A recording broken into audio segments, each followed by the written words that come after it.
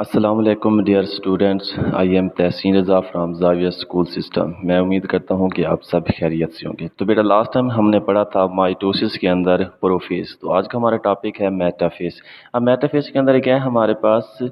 کہ میٹافیز پلیٹ کی فارمیشن ہوتی ہے، یعنی کہ اسپنڈل فائبر جو ہے نا وہ کنٹیکٹ ہو کر جتنے بھی کروموسومز ہیں نا ان کو ایک ایکویٹر کے اوپر جو ہے نا اکٹھے کر لیتے ہیں،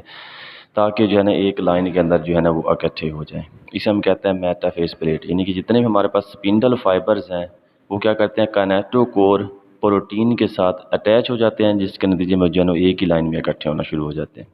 اس کے بعد ہمارے پاس ہے بیٹا اینافیز۔ اب اینافیز کے اندر کیا ہے کہ جتنے بھی ہمارے پاس اسپنڈل فائبرز ہیں نا وہ کنٹیکٹ ہونا شروع ہو جاتے ہیں، اور ان کی کنٹریکشن سے جو ہے نا جو ہمارے پاس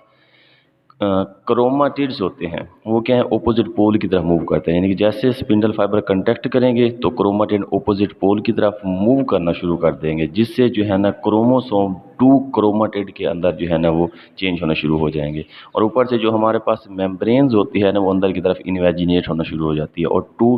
جو ہے نا ڈاٹر نیوکلائی کے اندر تقسیم ہونا شروع ہو جاتی ہے۔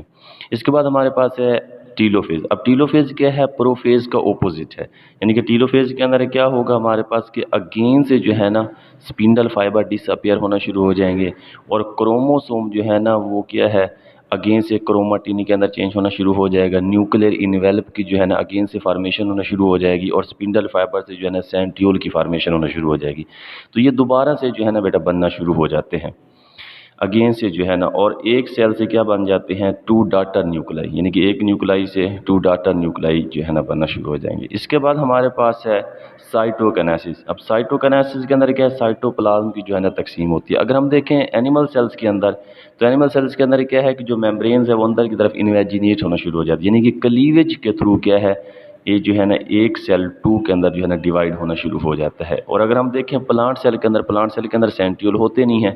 تو ان کے اندر کیا ہے کہ جو گولجی ویزیکلز ہیں نا وہ سینٹر کی طرف اکٹھا ہونا شروع ہو جاتی ہیں، اور ایک دوسرے کے ساتھ جو ہے نا وہ فیوز ہونا شروع ہو جائیں گی۔ جیسے وہ ایک دوسرے کے ساتھ فیوز ہوں گی تو وہ کیا ہے نئی جو ہے نا وہ سیل میمبرین بنانا شروع کر دیتے ہیں، اور سیل میمبرین سے نیو جو ہے نا سیل وال کی فارمیشن ہونا شروع ہو جاتی ہے۔ اسے ہم کہتے ہیں فریگموپلاسٹ، یعنی کہ فریگموپلاسٹ میکانزم کے تھرو کیا ہے اگین سے جو ہے نا نئی سیل وال بھی بن جائے گی اور سیل میمبرین۔ یہ جو ہے نا پروسیس پلانٹس سیلز کے اندر ہو رہا ہے، لیکن جو اینیملز ہے اس کے اندر کیا ہے کلیویج کے تھرو جو ہے نا ہو رہا ہوتا ہے۔ تو اس طرح بیٹا ہمارے پاس جو مائٹوسس کا ٹاپک تھا وہ کمپلیٹ ہوا، اور نیکسٹ ہمارے پاس جو ٹاپک ہے وہ ہے سگنیفیکنس آف دا مائٹوسس۔ اوکے، اللہ حافظ۔